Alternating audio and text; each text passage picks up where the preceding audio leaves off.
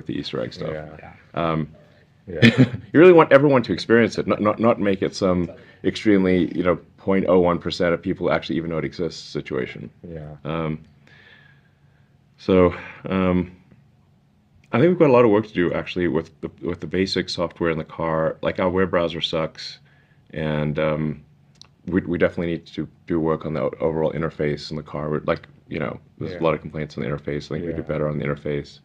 But like if you try to use the web browser in the car, it like takes a long time to load, and that's a trash browser. Yeah. It's worse than like some iPad from 5 years ago, like by a lot. Like the rear screen and the S and X, the controls need a lot of work. But it can be quite helpful for like entertaining having like your kid now has something to watch in the back. Yep. Yeah. And you can put like YouTube stuff Game on. changer. It's a game. Yeah, if you play that, it's a game changer. It is a game changer. But like for example, like that's something where we could we should have separate audio for the back, and what's the point of like currently we play the same audio level for that back screen in the front as in the back. Like it should just play the back should play that audio, or it should like route to a Bluetooth that's keyed off of the rear screen, and then you give them headphones or something. Yep. So that people can listen to music in the front and not get blasted by the YouTube Kids Show audio in the front, which is currently the situation. That's correct. So there's like a bunch of stuff like that we need to fix. But the overwhelming focus is solving full self-driving. So, yeah, and that's essential. And like that's really the difference between Tesla being worth a lot of money and being worth basically zero. Yeah. So, one question I was going to ask with the little remaining time is there any additional questions or FUD or misinformation about Tesla, or I don't know, maybe you want to walk around the factory or whatever you have time for? It's kind of quiet, so but whatever you have time for, we're game for. Well, I mean, is there anything we should go over that would be helpful? I mean, I think some of these things are like just like the whole founder thing is like it's like I think fundamentally like even a sort of like kind of a stupid question, because what does it mean to found something? There's some critical mass of inspiration and perspiration, but it's a nebulous number, or it's a nebulous metric to say this person deserves to be a co-founder, this one doesn't. It's nebulous. But I think if you could apply the but for question, like but for this person, would the company exist, or would it have gone bankrupt or not exist in the form that it is currently, or in a much diminished form, or simply not exist at all?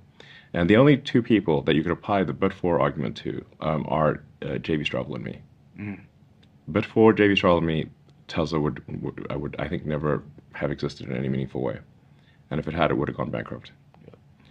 So those are the only two people that the but for argument applies. Maybe you want to go into this here or not. You mentioned, I think, on Twitter very recently about the cold shoulder Tesla and SpaceX and stuff has experienced and the broader, economic and political climate. Do you want to share more about how that's been affecting things? Take this question. I gotta go. How you see that changing as Tesla expands in the Great Lone Star State? Sure. So. I mean, those that follow closely are aware of it. I think you probably are aware of it. So, somewhat of a rhetorical question, I suspect. But I think the general public is not aware of the degree to which the unions control the Democratic Party. This is one does not need to speculate on this point. Last year, President Biden held an EV summit where Tesla was explicitly not allowed to come, but the UAW was. So now Tesla's made 2/3 of all electric vehicles in the United States. So deliberately excluding us from an EV summit at the White House, but including the UAW, that tells you all you need to know. The reality is the UAW would prefer that Tesla was dead or unionized, but not anything but alive and unionized. And they are no fans of sustainable energy. They have for sustainable energy the entire way. So now at Tesla, far from like Tesla has the highest pay in the auto industry, and moreover, the people that work at our Fremont plant have like, 5 job offers to work somewhere else. There's negative unemployment in the Bay Area. Like try hiring someone in the Bay Area. It's ridiculous. It's negative unemployment. So our challenge is how do we convince people to stay given the many other opportunities that they have, let alone a union. Like they're like, what? We don't need a union. I've got 5 other jobs. That's the real reason. It's the complete opposite from what they're characterizing. And the UAW has never been able to get even enough people to do a vote, let alone get to 50%. And California is an extremely pro-union state. There's nothing you can do to stop a union if they want to come in. It's like the California will roll out the red carpet. So then the UAW is basically forced to engage in like dirty tricks and attempt to demonize me and anyone else associated with the company. It's like if the company's like basically if the company's run by someone who's perceived to be good, then they have trouble unionizing because they're like, well, he's a good guy. Why would you want to unionize that company? So they have to make me evil somehow. And so I do not as you can tell, I don't like the UAW because they have run a dirty tricks campaign on me since at least 2017. Basically, the point at which they thought maybe Tesla wasn't going to go bankrupt. Because while they thought Tesla was going to go bankrupt, there was no point in dirty tricks. When they thought Tesla might not go bankrupt, that's when the dirty tricks and the sort of smear campaign started. So I'm not a huge fan of them. Now, their attacks did lose a bit of the wind in the sails when the president of the UAW was sent to prison. So that took a little wind out of their sails. And then when the next UAW president, who was supposed to be the person who would clean things up, when he was sent to prison, that also took some more wind out of their sails. But since then, they recently in the last several months, they've sort of back to their old tricks. So. And I mean, they have so much power over the White House that they can exclude Tesla from an EV summit. It's insane. Insane. And just in case the first thing, in case that wasn't enough, then you have President Biden with Mary Barra at a subsequent event, congratulating Mary for having led the EV revolution.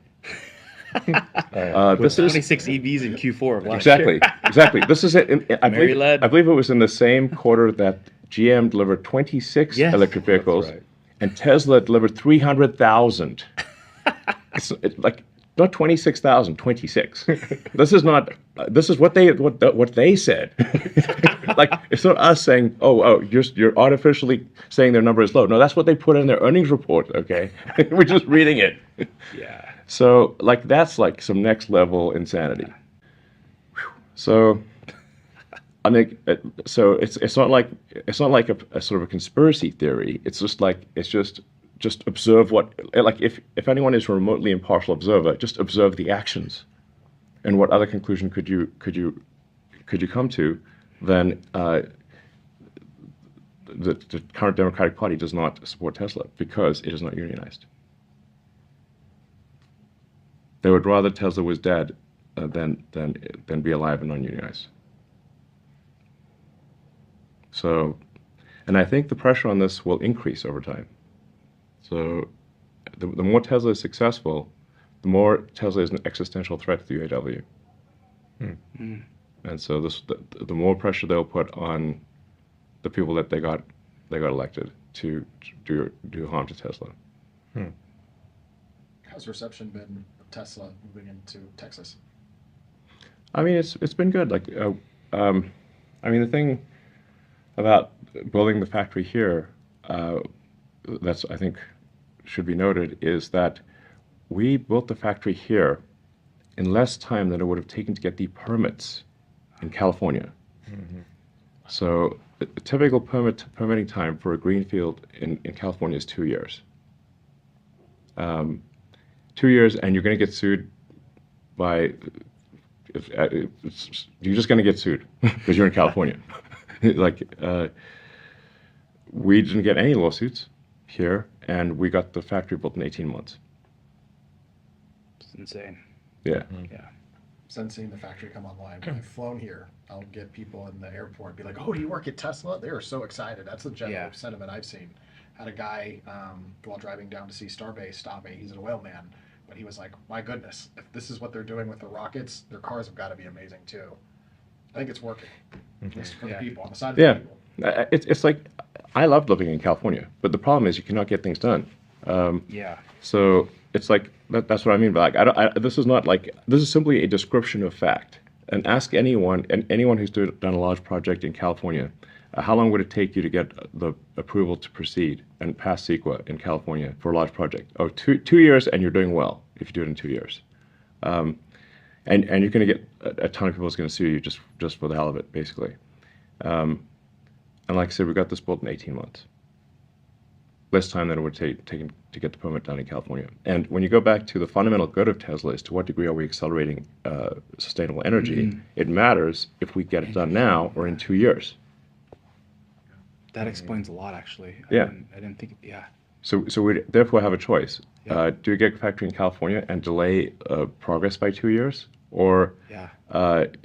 accelerate it by 2 years and do it in Texas? Yeah. What is the morally right thing to do? Obviously, Texas. Yeah. Yeah. So and unless like this, California's going to need like a crisis to have deregulation Yeah. and delitigation. It's just because the two entities that most control the Democratic Party are the unions and secondarily the plaintiff bar, the lawyers, the plaintiffs bar on the law side. They're basically the lawyers that sue, especially class action. That's who controls the Democratic Party. Anyone who's familiar with the inside baseball of this will agree with me. This is in fact the case, especially in California. So the issue is that the lawyers write the legislation to make it easy to win lawsuits in California, because they funded the election of the officials of the people that got elected are funded by Democrats and lawyers. So then they write the legislation to make it easy to win lawsuits and get gigantic awards because they got the people elected. And you have this sort of circle of this nightmarish circle until there has to be an above 0% chance of a Republican getting elected in California. It has to be above 0%. Otherwise, you have a one-party state. Consequences action. Yes, and then the political parties are irrelevant, and it's just the primaries. So that's the situation with California. And unless there's a crisis, I don't see one possible solution is like more open primaries. Like more open primaries, I think would reduce the probability of special interests manipulating the election. I think like in LA, the mayoral election is open primaries or sort of open primaries. It's like it looks like maybe Rick Caruso will get elected, and he's like, I think it'd be great,